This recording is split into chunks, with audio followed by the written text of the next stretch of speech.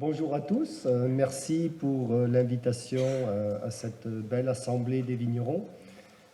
Mon travail d'agronome dans la vigne est un petit peu particulier parce que je gère avec des collègues que vous allez découvrir, entre autres tout au long de ces 2 journées, un projet qui s'appelle La Belle Vigne. Et dans cette belle vigne, on était parti pour planter pour 100 ans au moins. Voilà l'ambition de ce projet-là, parce qu'il y a des problèmes qui arrivent à mes collègues vignerons, je dirais. C'est le dépérissement, les maladies, etc. Et puis, je ne voulais pas y aller, moi, dans ce dossier de la vigne, en étant plutôt éleveur et agronome généraliste.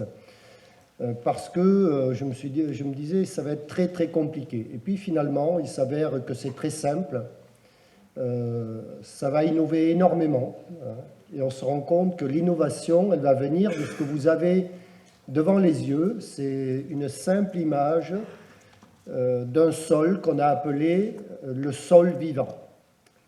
Et je me rappelle, quand j'ai démarré ma carrière d'agronome, j'étais encore agriculteur, président de CUMA, à gérer des expériences sur la conservation des sols dans les réseaux avec mes collègues.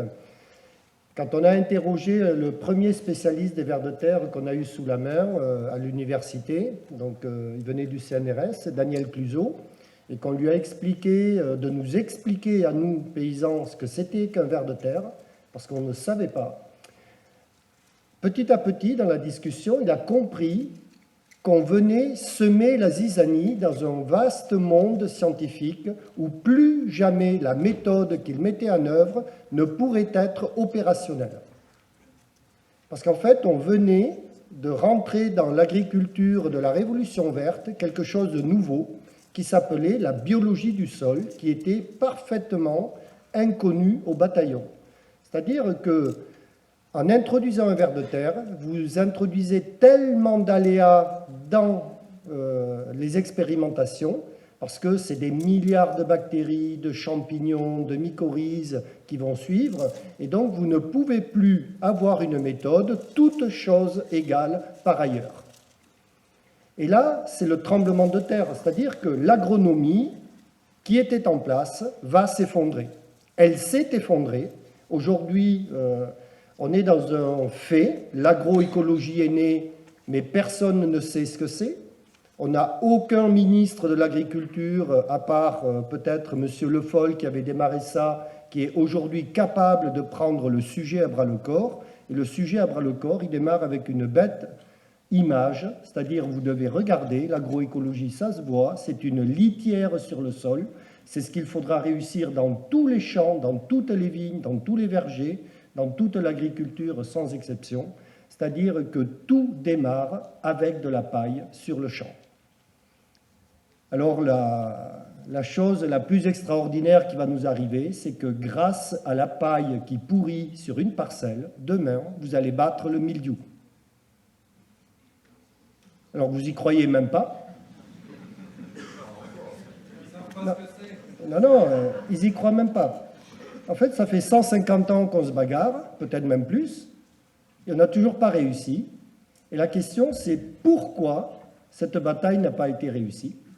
Et la réponse, c'est parce que vous n'avez pas la paille. Et donc ce dossier-là arrivera tranquillement. Il va être mis dans les tuyaux à partir du mois de mai avec la belle vigne, et je vous invite à surveiller ce projet-là, parce que la lutte biologique contre le mildiou sera gagnée.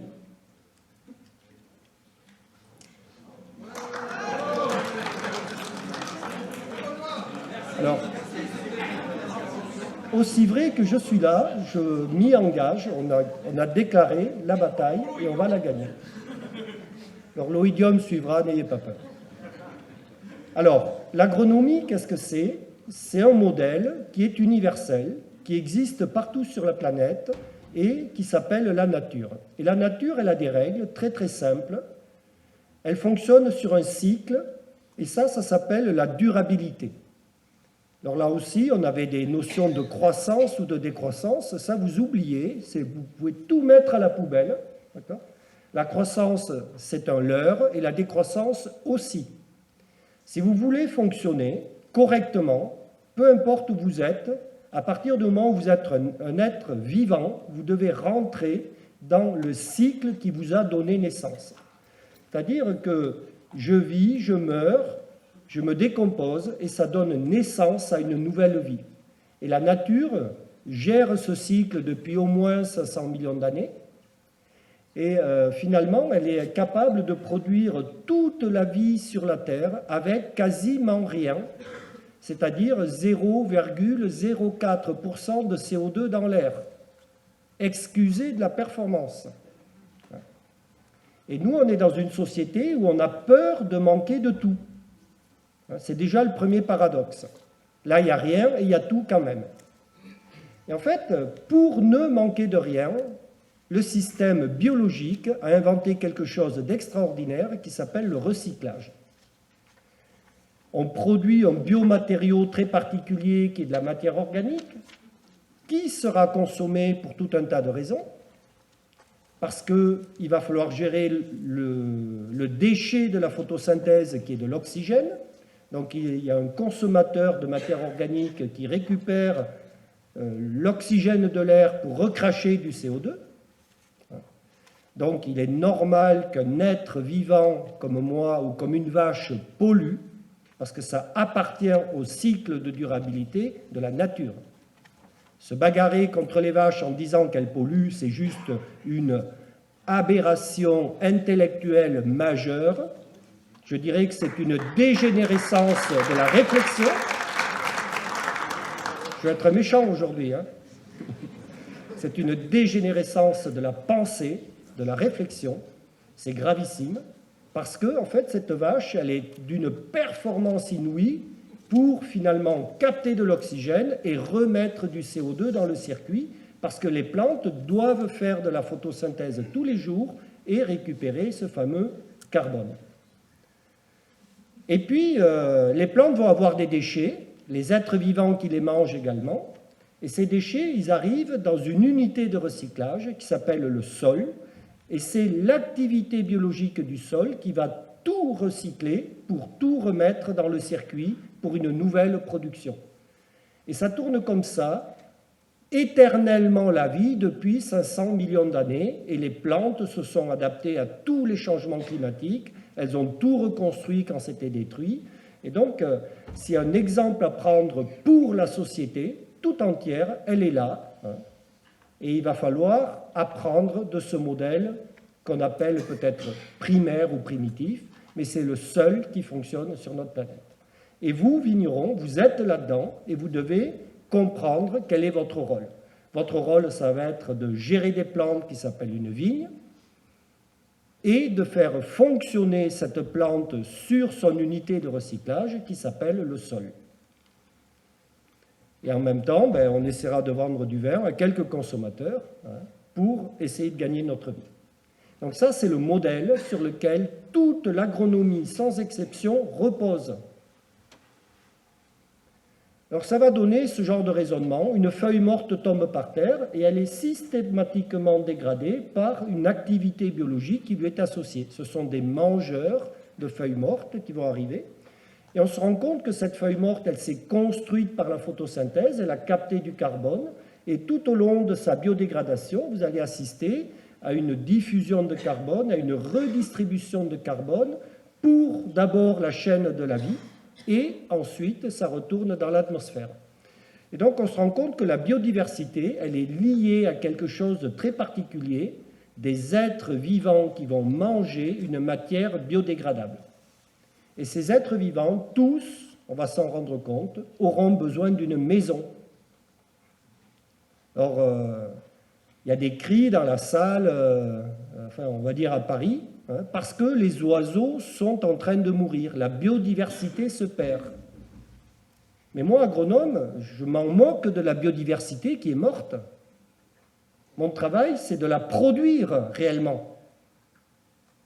Et donc, si je veux des oiseaux, il me faut deux choses essentielles pour qu'ils puissent exister, ces oiseaux.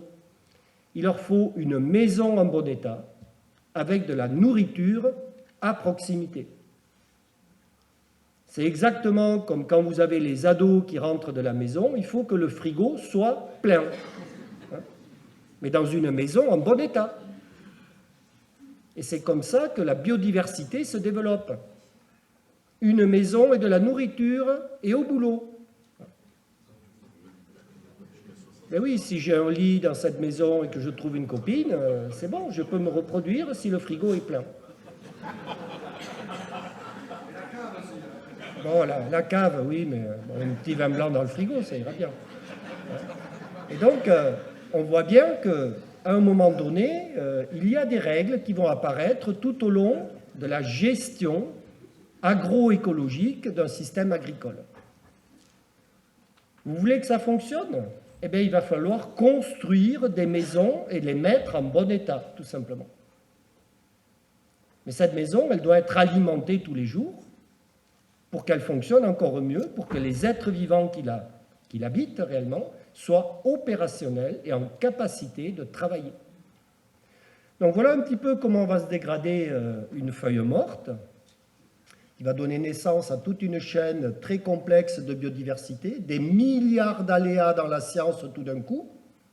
Donc on peut dire que la science agronomique de la Révolution verte, c'est poubelle, ça n'existe plus, c'est faux, tout simplement, parce qu'on vient d'introduire des milliards d'aléas dans le système. Donc c'est un tremblement de terre, c'est une vraie révolution qu'on a appelée la révolution des sols vivants. Et puis on s'est intéressé au fonctionnement de ces sols. Mon dada préféré, c'est la fertilité organobiologique des sols. En fait, les plantes poussent toutes seules, et la question, c'est pourquoi ces plantes poussent toutes seules. Et en fait, c'est toujours le même cirque. Quand vous avez un sol nu, eh bien, il arrive toujours qu'une plante pousse toute seule, et ça s'appelle une mauvaise herbe, un kénopode, par exemple. Un érigéron. Tiens, dans les vignes, c'est plein d'érigérons. Tu as déjà vu un stade avec un sol nu? Alors, j'ai vu un stade avec une pelouse, moi. Donc, il y a de l'herbe. On ne va pas revenir sur ce sujet. Et donc, mon érigéron va pousser. C'est une plante pionnière, c'est-à-dire c'est une des premières qui arrive sur un sol nu. Et cette plante pionnière, qu'est-ce qu'elle fait? Elle pompe les nitrates du sol. Elle adore les nitrates. C'est un tout petit peu comme si le sol ne devait pas avoir de nitrates. Il arrive une pompe à nitrates pour les enlever, et qu'est-ce qu'elle va produire, cette plante-là? Eh bien, elle va faire une mini-forêt. En 3 mois, vous avez une forêt vierge d'amarante, de kénopodes, d'érigérons et de Dieu sait quoi. Et ces plantes-là, quand vous les laissez pousser et mourir, alors effectivement, elles vont faire beaucoup de graines, mais c'est leur raison d'être, se reproduire. C'est des êtres vivants, eh bien, elles vont aussi laisser énormément de paille qui va arriver au sol. Et curieusement, cette paille, c'est dur comme du bois. Si vous cassez une tige d'érigéron mûre, c'est du bois. Donc la nature, elle nous donne 2 grands messages. Premier message, c'est « je pousse tout seul, j'enlève les nitrates et je mets du bois sur le sol ». Et la question, c'est comment font les autres plantes après un érigéron, après une amarante ou des kénopodes, pour pousser toutes seules à nouveau, puisqu'il n'y aura plus d'azote dans la parcelle? Eh bien, les plantes, elles ont inventé la récupération de l'azote dans l'air. Dans l'air, vous avez 78% d'azote, c'est le gaz que vous respirez en majorité. Et donc, avec tout ce gaz qui va rentrer dans le système végétal, en fait, les plantes, elles ont récupéré l'azote de l'air. Alors, ça se fait comment? Eh bien, la paille qui tombe par terre, elle noircit. Il y a de la fusariose qui va dégrader la paille. Ce sont des champignons. Et puis, ces champignons, ils font du noir. Vous le voyez, ça devient noir. Et ils vont se faire manger par des azotobactères, mais plein d'autres bactéries. Et ces azotobactères, en fait, eh bien, ils vont faire une hydrolyse, c'est une espèce de respiration, ils vont capter l'azote de l'air, et vous allez faire de la protéine animale. Les bactéries, c'est de la viande. Et là, il y a des phénomènes bizarres qui arrivent, parce que maintenant, il y a des mangeurs de viande, des protozoaires, qui vont manger les bactéries à leur tour. Et ça se passe sous la paille, dans le 1er centimètre du sol. Et puis, il va arriver des vers de terre qui vont manger et les bactéries et les protozoaires. Alors il reste des miettes du repas, des morceaux de bactéries, des morceaux de protozoaires. Ça veut dire une bactérie qui a capté l'azote dans l'air, en fait, ça devient des protéines microbiennes de la viande. Donc il va rester des miettes de protéines, des acides aminés, que la plante est capable de récupérer. Donc ce n'est pas des nitrates, mais c'est des morceaux de protéines. Et finalement, le ver de terre, lui, il va faire deux choses extraordinaires. Il va faire un excrément, et il va faire de l'urine et du caca, du pipi et du caca, tout simplement. Et donc, en faisant un excrément, il va coller le sol, parce que la première qualité d'un excrément, c'est la colle. Il va stabiliser la structure et il va construire sa maison avec ça. Et de l'autre côté, l'urine, c'est de l'urée qui va finalement minéraliser et permettre aux autres plantes de pousser. Et donc, vous avez un cycle de fertilité organobiologique qui se met en route, qui peut se dire de la façon suivante: plus un sol va digérer de la paille, plus les plantes pourront pousser toutes seules. C'est-à-dire, plus je mange, plus je produis. Et la question qu'on peut poser à tous les agriculteurs, quasi dans le monde entier, c'est quelle est la ration pour les habitants du sol? Exactement comme moi, ma ration, je dois manger 3 fois par jour, ou au moins une fois correctement, si je veux vivre. Et donc, tous les êtres vivants qui sont dans ces maisons qu'on appelle le sol vivant sont des êtres vivants qui mangent tous les jours sans exception. Alors, on avait des phrases comme ça, on s'entraîne des fois: sol nu, sol foutu. Sol couvert, sol prospère. Et donc, ça nous permet d'avancer. Donc, on voit que la boucle de fertilité s'est mise en place et que les plantes, finalement, elles vont pouvoir pousser. Voilà, je voulais détailler un petit peu plus, on va dire, schématiquement, plus précisément. C'est-à-dire, il y a tout un tas de propriétés, puis d'interventions de la biologie qui va donner des enzymes, etc., etc. C'est d'une complexité phénoménale. Il faudra de la science pour décortiquer tout ça, mais il se sait déjà beaucoup de choses. Et donc, on se rend compte qu'à un moment donné, le sol va donner naissance à de l'azote que la plante récupère à côté. On sait à peu près comment ça marche. Si vous apportez de l'azote au sol, il est impossible de récupérer l'azote de l'air. Voilà. Parce que quand le buffet est garni, les bactéries vont se servir dans l'apport d'azote que vous aurez fait. Donc on voit arriver toute la problématique agricole, c'est-à-dire qu'à un moment donné, je pourrais fertiliser, mais finalement, je vais perdre la gratuité de l'air. Et si jamais je commence à cultiver ma vigne, je pourrais manquer d'azote, puisque finalement, j'ai des mauvaises herbes et des plantes qui vont me pomper toute l'azote qui traîne dans le sol pour mettre en route un autre cycle de l'azote. Et donc, on se rend compte qu'à un moment donné, il va falloir travailler avec les agriculteurs pour passer dans des problèmes d'adaptation autour de la gestion végétale. Alors, n'ayez pas peur de l'azote. 60% de toute l'azote qu'une plante fixe toute seule vient de l'atmosphère. Voilà. 10% vient avec la pluie et 30% vient de la minéralisation de l'humus. Je suis vigneron, j'ai 0,8% de matière organique dans le sol, parce qu'on m'a appris que détruire un sol, l'abîmer tout le temps, faire l'imbécile avec ça, c'était super parce qu'il fallait que la vigne souffre.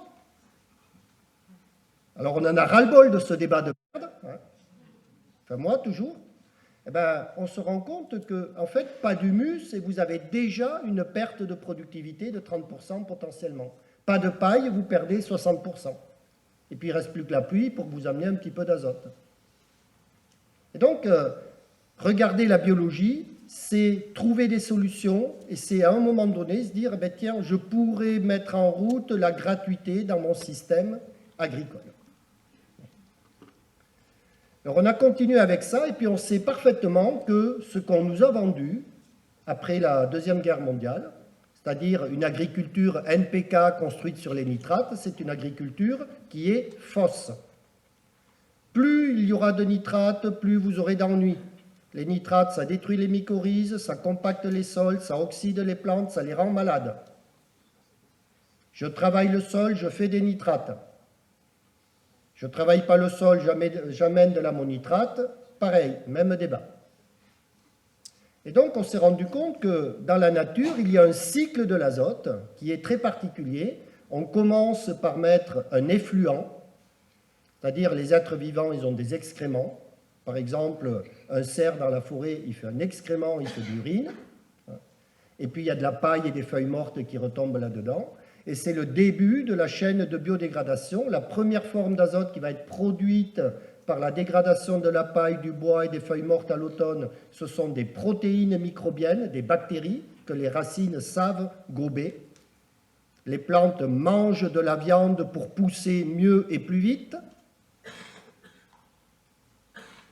Donc ça, c'est un petit peu perturbant quand vous rentrez dans ce mécanisme-là.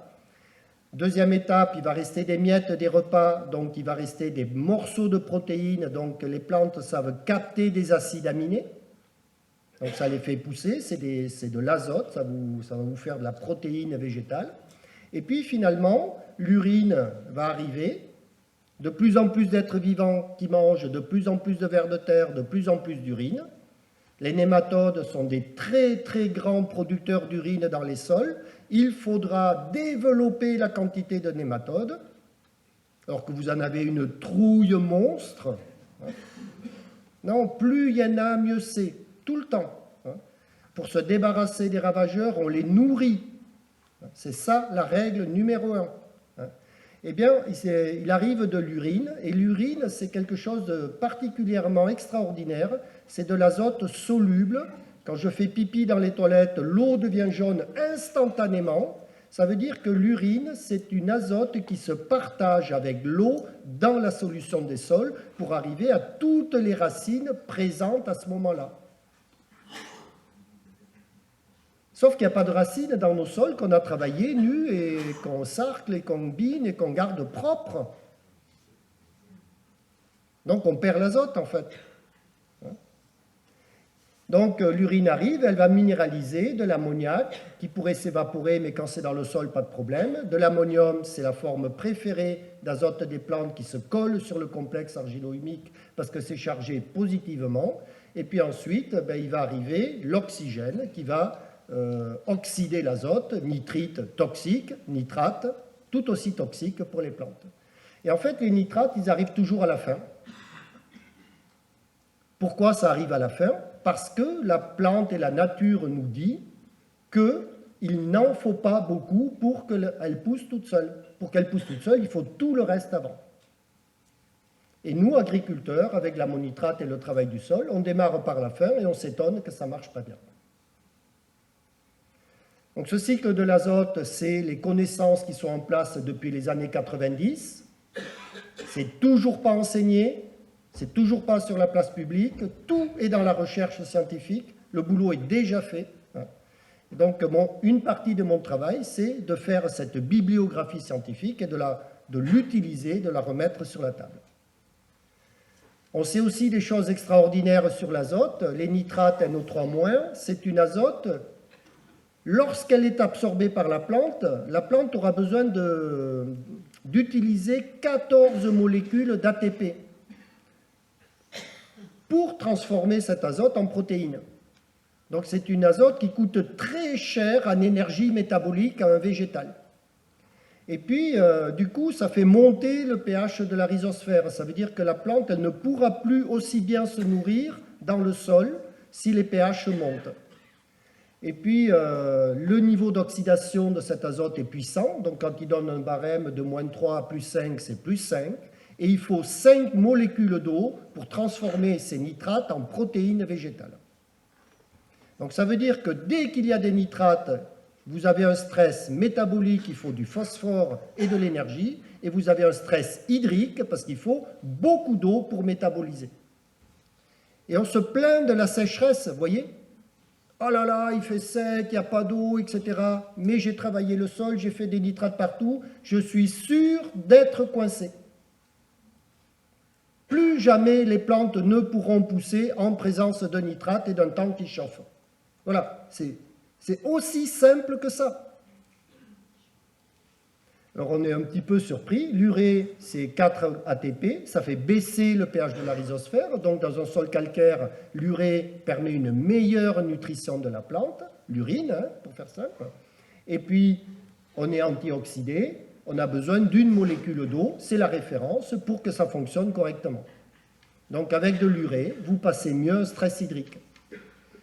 Et puis, on a les acides aminés. Ben, les acides aminés, c'est encore mieux puisque l'énergie métabolique mise en œuvre pour construire des protéines végétales, c'est à peine 1 ATP. Et puis pour l'eau, on n'a pas trouvé les références, mais il faut très peu d'eau parce qu'en fait, c'est la plante, elle va absorber un morceau de protéines, 2 morceaux, 3 morceaux, et elle va coller ses propres protéines pour finalement avoir sa nouvelle protéine. Donc en fait, au niveau métabolique, c'est très efficient. Mais pour avoir des acides aminés, il faut qu'il y ait de la biologie, donc il faut qu'il y ait de l'urine avec des êtres vivants qui mangent, hein, qui va aussi donner naissance à l'ammonium. Et en fait, la nature, elle commence par le bas. Urée, enfin acide aminé, urée, ammonium, nitrate. Et elle ne commence pas par l'eau. Alors on a trouvé plein de trucs, hein, ça date de 2018 dans les bouquins scientifiques.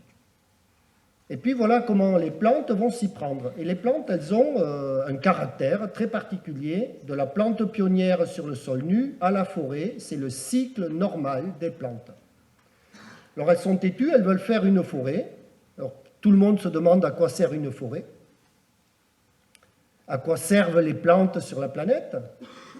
Et puis, une des hypothèses qui va arriver, c'est que petit à petit, tiens, les plantes, est-ce qu'elles n'auraient pas une responsabilité particulière dans la gestion du climat? Vous voyez, c'est des questions qu'on ne se pose même pas. Est-ce que c'est une question pour un champion, là, maintenant? C'est-à-dire, est-ce que la plante n'est pas l'outil numéro 1 pour gérer le climat? Vous voyez les questions qu'on a commencé à se poser. Et puis finalement, on se rend compte que les plantes, elles poussent toutes seules. Et puis il y a des règles. Le sol est toujours couvert, il n'est jamais travaillé. Alors c'est la caricature. Je mets un paysan dans les champs, il n'y a jamais rien qui pousse. Il sue sang et eau pour faire pousser une plante. Je le sors du champ, je ne fais plus rien, tout pousse. Alors il est vrai que je ne vais peut-être pas boire du bon vin ni manger du riz ou des pâtes. Mais en attendant, ce simple fait de l'observer, c'est assez perturbant.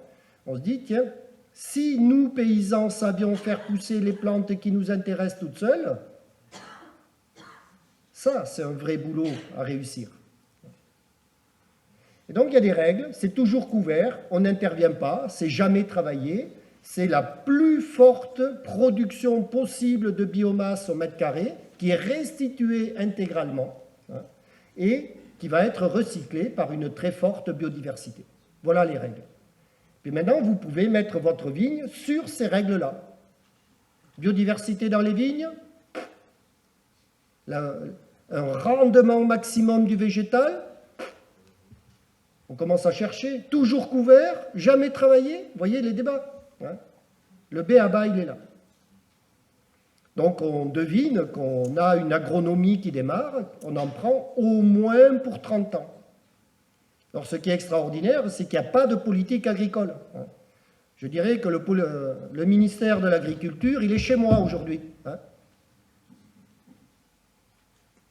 Ben oui, il est à Vers de Terre Production, il est à la Vachereuse, il est à Auch, il est en Corrèze, etc. En fait, on se rend compte que les gars sont out, tout simplement. Et puis, on a des problèmes à la gestion de ce truc-là. La première chose qui va vous arriver quand vous allez changer de pratique, c'est-à-dire du sol nu au sol couvert, ça va être la compaction des sols. Alors, c'est connu, on le sait depuis 20 ans, mais quelqu'un qui a travaillé sur les herbages en 1960, André Voisin, nous a déjà tout dit. Je sème une prairie temporaire, j'y touche plus, elle devient une prairie permanente, donc finalement, toujours couvert, jamais travaillé, avec de l'herbe. Bien, il nous a dit le sol il se compacte et vous avez des années de misère autour de la 5e année. Les années de misère, c'était la production de l'herbe divisée par 2. Voilà, ça attend tous les paysans. Je change de pratique, je ne travaille plus le sol, je le couvre en permanence avec du végétal, j'essaye de gérer le végétal le mieux possible. Voilà, il va m'arriver des années de misère. Et donc, ces faits, ils sont connus, ils sont documentés. On lit des livres sur l'herbe et on dit, tiens, ça n'a rien à voir avec la vigne, donc je ferme le livre, je le jette. Non, en fait, c'est le livre le plus pertinent du monde aujourd'hui pour faire votre nouvelle agriculture. Ce gars-là, il a déjà tout dit. Comment on dégrade un sol, comment on le reconstruit, comment ça marche. Et en fait, il a dit que si vous regardez ce graphique, globalement, j'ai travaillé le sol, j'ai de la porosité mécanique artificielle, et cette porosité mécanique artificielle, elle est instable, elle se perd, donc le sol se compacte. C'est la courbe rouge, compaction des sols. Et en même temps, vous avez détruit les habitats des vers de terre, des bactéries, des champignons, des mycorhizes avec vos outils, parce que c'est toujours avec un outil qu'on détruit l'environnement. La chimie n'y est quasi pour rien dans ce débat-là. Alors ça a été un gros tremblement de terre dans les réseaux. On a dit, ouais, c'est la faute du glyphosate. Que dalle! C'est absolument faux. C'est d'abord un outil qui détruit une maison. Et ensuite, j'enlève la nourriture des habitants, qui finalement finissent affamés. Vos champs de vignes, ce sont des champs de bataille pour la microbiologie des sols. C'est verdun dans votre vigne. C'est ça qu'il faut piger. Et après, la chimie, effectivement, elle tue tout ce qui traîne. OK. Et donc, on a remis de l'ordre. Et donc, on voit que la destruction des habitats, il faut 5 ans pour que les vers de terre et la biologie reviennent. Et quand la biologie prend le relais, le système fonctionne. Et donc, il y a des règles agronomiques, on peut passer à travers, c'est assez facile à faire. On sait que la complexité biologique des sols, elle s'améliore au fur et à mesure que vous mettez du végétal dedans. Et donc, c'est cumulatif, ce n'est pas un long fleuve tranquille, ça ne se fait pas comme ça en une année. Ce n'est pas parce que j'ai mis des couverts végétaux une fois que ça va fonctionner, c'est cumulatif, tous les ans, tous les ans, tous les ans, tous les ans. Et plus j'en mets, mieux ça s'améliore, si vous voulez. Et donc, à un moment donné, l'activité biologique va structurer ça durablement. Et donc, vous avez des phases de transition à gérer. Tous les vignerons auront des phases de transition à gérer. Tous les éleveurs, tous les cultivateurs. Et je ne vous dis pas, il y a des métiers difficiles. C'est quand je fais des patates ou des betteraves. Parce que là, le toujours couvert et jamais travaillé, ça va être dur. Une vigne, c'est facile, c'est une plante pérenne. Qu'est-ce qu'on s'emmerde à gratouiller la terre? Je dois gérer des plantes. Et donc, on commence à piger ça. On a fait des expériences avec les agriculteurs. Ça date de 2010. D'un côté, je gratouille. Donc là, j'ai un outil qui est en technique culturelle simplifiée. Je travaille 15 cm. Plus c'est vert, plus vous avez de la porosité sur ce graphique-là. Donc, on met une grille, on fait 5 cm sur 5 cm et on regarde. Et on se rend compte que quand on a arrêté de travailler le sol, eh bien, la distribution de la porosité est complètement différente. C'est-à-dire que le très poreux, il s'est limité. C'est la petite couche de surface où la biologie est au maximum. Par contre, on a une homogénéisation du profil sur 40 cm. Ça veut dire que ces sols, ils sont de plus en plus poreux et ils marchent de mieux en mieux. Ou ils fonctionnent de mieux en mieux. Donc ça, c'est validé, on sait le faire. Donc si on sait le faire pour du maïs, des éleveurs ou du blé, il n'y a pas de raison qu'on n'y arrive pas en vigne. Et c'est le genre de débat que vous aurez à gérer. On se rend compte que cette phase de transition, elle est liée à l'apparition réelle de la biodiversité.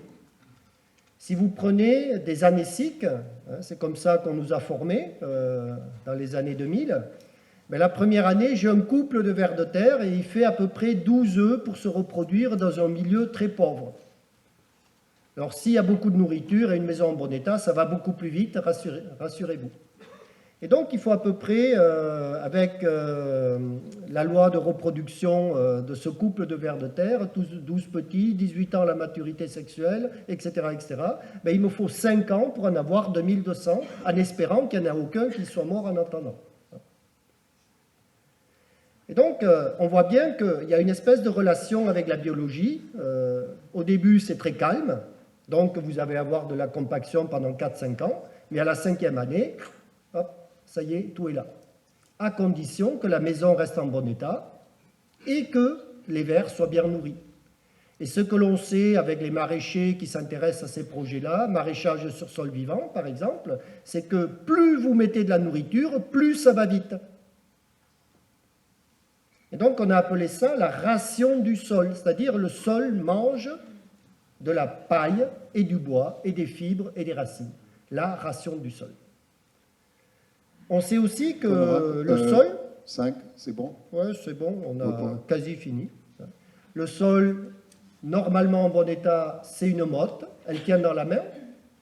Et donc cette motte, elle contient de l'air et de l'eau. La moitié du volume, c'est de l'air et de l'eau.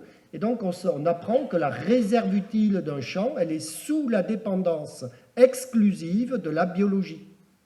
Pas de biologie, pas de réserve utile. Alors ça, c'est... On va chercher de l'eau, hein. On voit bien qu'on va se bagarrer pour avoir de l'eau.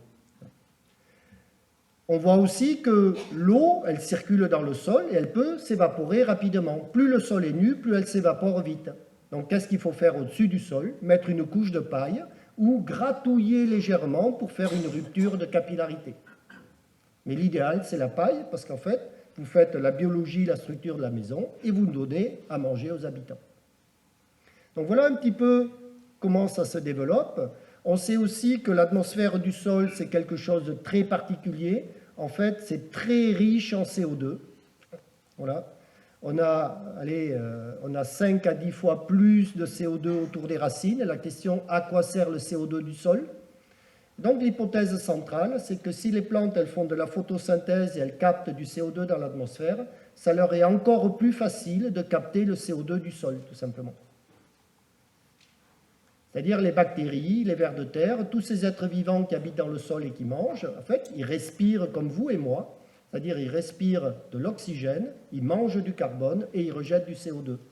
Et globalement, une racine qui est en présence de CO2 dans le sol, eh bien, elle absorbe énormément de CO2 par les racines pour que la croissance végétale soit accélérée. C'est ça qui se passe réellement. C'est-à-dire qu'il y a 2 formes de nutrition carbonée dans un système agricole.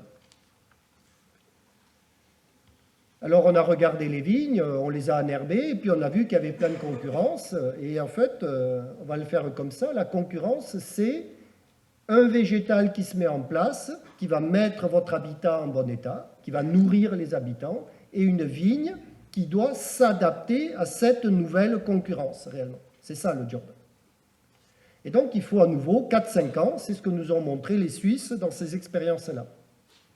Le problème, ça va être la racine que vous avez plantée. C'est-à-dire, en règle générale, c'est quelque chose qui va ressembler à ça, ou à ça, ou à ça, alors qu'une racine de la vigne, elle ressemble plutôt à ça, avec une racine pivot ici.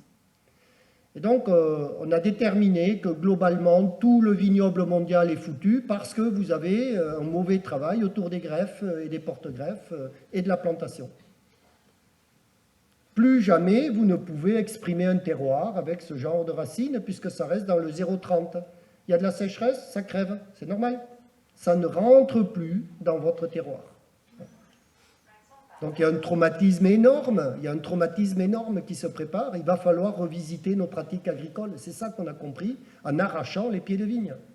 Mais même avant de les planter, on a vu qu'il y avait des grosses erreurs. Et donc ça ne va pas se corriger en claquant des doigts. C'est un travail de fond qu'il faudra produire. Des bons plans pour une vigne qui dure 100 ans. On les a couverts, donc la plante, pour tout apprendre, c'est la févrole, elle pousse partout. Si vous semez des févroles et qu'elles ne poussent pas, ça veut dire que vous avez vraiment dégradé énormément votre sol. Voilà, vous n'allez pas plus loin que ça. C'est la plante la plus facile à gérer, la plus sympa, elle vous restitue de l'azote, elle en capte gratuitement dans l'air. On a commencé à faire des expériences de ce type-là, où on a du désherbage biologique qui arrive avec de la biomasse. Là, c'est en Champagne, on gère du seigle. Et on se rend compte que la date fermée, c'est la bonne date pour gérer un couvert végétal. Alors on va gérer du gel hein, en attendant, etc. Mais ce n'était pas trop le sujet. On réfléchit à des innovations sur la gestion des couverts. C'est-à-dire, vous avez une vigne pérenne, pourquoi pas lui mettre un lierre au pied qui va avoir 30 ans de vie à l'aise. C'est-à-dire qu'une fois que le sol est couvert avec du lierre, vous n'avez plus de boulot. Et donc on vous a trouvé du lierre non grimpant. Vous n'y croyez même pas quand vous démarrez le boulot que vous avez trouvé un truc comme ça. Mais en fait, les pépiniéristes, ils ont un lierre non grimpant qu'on peut mettre au pied de toutes les plantations pérennes, sans exception. Et le lierre, il va condenser de l'eau de pluie, enfin de l'eau de l'atmosphère, et la transformer en rosée. Pourquoi? Parce que c'est une feuille froide par rapport à la vigne qui a une feuille chaude. Et donc on commence à trouver que la biologie, elle va nous faire de l'eau dans le champ, tout simplement. Donc on est avec ça, on a plein d'idées reçues, donc on se dit, tiens, le rendement du couvert doit être maximisé. Hein, c'est ça le job. La chimie, ben, oui, vous n'allez pas jeter la chimie. La chimie, elle permet de maîtriser avec peu de risques. Un peu de glyphosate sur le cavaillon, c'est mieux que de le travailler. Ben ouais. Alors, j'entends les murmures. Et donc, on cherche des plantes qui ne nous embêtent pas, où il n'y aurait même pas besoin de glyphosate. Le lierre, par exemple. Vous voyez? Et en fait, ce n'est pas l'alpha et l'oméga, ce n'est pas le glyphosate à tout prix. Non, c'est j'ai des problèmes, comment je gère mieux, est-ce que j'ai d'autres solutions? C'est ça, c'est une démarche qui progresse tout le temps. Et donc, on se rend compte que pour nous, pour se sortir des pièges, c'est la fertilisation un élément clé. C'est-à-dire, je mets un couvert, je dois aider la vigne. Parce qu'elle sera en concurrence, parce que ça va se compacter, il faut que le couvert pousse, je fertilise la vigne. Ça, c'est une des clés. Hein. Et ensuite, en fait, on installe des légumineuses parce que ça va vous faire des économies d'azote petit à petit. On voit qu'il y a un cycle des facteurs limitants. Donc les Américains nous ont envoyé cette info-là. Les 2 premiers facteurs limitants de la production végétale, c'est le bore et la silice, qui démarrent tout. Si vous ne mettez pas de bore, vous n'aurez pas de vin. Si vous ne mettez pas de silice, vous n'aurez pas de vin. Et ensuite, ça continue, ça permet l'assimilation du calcium, c'est le squelette de la plante. Du coup, on peut absorber beaucoup mieux de l'azote. La photosynthèse se met en place, vous avez besoin de magnésium. Et quand ça fonctionne bien, maintenant, je vais produire des sucres, mais il me faut de l'ATP, donc du phosphore. Si vous avez des nitrates, 5 fois plus de phosphore que si vous avez des acides aminés. Vous voyez, phosphore. Hein. Et puis, une fois que tout fonctionne, vous pouvez faire des sucres à bloc, les distribuer avec de la potasse qui circule et qui distribue les nutriments dans la plante. Et si il vous manque les 2 premiers, ce qui est souvent le cas, hein, eh bien tout le reste patine. Donc, bore, silice, facteur limitant important dans le système végétal. On a imaginé des parcours techniques pour réussir les couverts végétaux en pleine sécheresse, ça fonctionne. Aujourd'hui, nous réussissons les colzas en pleine canicule parce que nous avons des engrais spéciaux à base de magnésie. Alors là, c'est avec un lombricompost séché, hein, parce qu'il y a de la microbiologie là-dedans, et on a mis de la chlorelle, qui est une microalgue qui fait des acides aminés, c'est-à-dire un nutriment particulier pour réussir la croissance d'une plante en conditions de sécheresse. Donc ça travaille. On sait aussi que depuis 2015, les scientifiques nous ont envoyé une information très intéressante. Tous les sols nus sont irrémédiablement condamnés à finir en désert. Voilà. Ça se sait depuis 2015, il n'y a pas un mot là-dessus. Allez, la moitié de la SAU française est nue depuis l'automne jusqu'au printemps. 6 mois par an, il n'y a rien qui pousse. Et donc, comment ça marche? Dans les sols, il y a beaucoup de fer. Vous avez les rayons d'ultraviolet du soleil qui tombent là-dedans, en présence d'oxygène. C'est un super oxydant pour le système sol, qui va perdre son humus, qui va s'oxyder, qui va se brûler réellement, qui va se consommer, et qui va faire du CO2 et du protoxyde d'azote. Et donc, avec tous ces débats-là, on se dit, mais comment se fait-il que le travail du sol soit encore l'alpha et l'oméga de l'agriculture? Il y a un bug. Donc, on est anti-travail du sol. et on est pro-végétal. Et pour conclure, ben, je vais vous donner la bonne recette de l'agroécologie.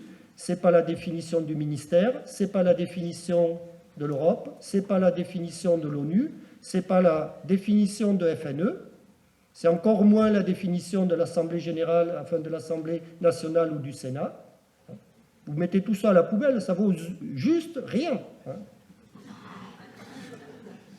Non, mais il faut que ça se dise. Ça ne vaut rien. Les définitions que vous avez données, elles ne valent rien. La bonne définition pour un paysan qui doit travailler, c'est celle-là. En fait, l'agroécologie, c'est 3 mots que vous avez collés ensemble. Agro, ça veut dire aguerre, en grec ancien, le champ. Voilà. Donc, moi, ça me va bien. Je suis un paysan, je suis dans un champ. Et puis, éco, c'est oikos, ça veut dire la maison en grec. Donc, mon champ est une maison. Et logie, agroécologie, c'est logos, c'est la connaissance, c'est la science. Et en fait, c'est cette connaissance que je vais appliquer à mon champ maison pour faire repousser les plantes toutes seules. Étant bien compris que dans ce champ maison, il y a une biodiversité phénoménale qui fait tourner la machine. Voilà, je vous remercie.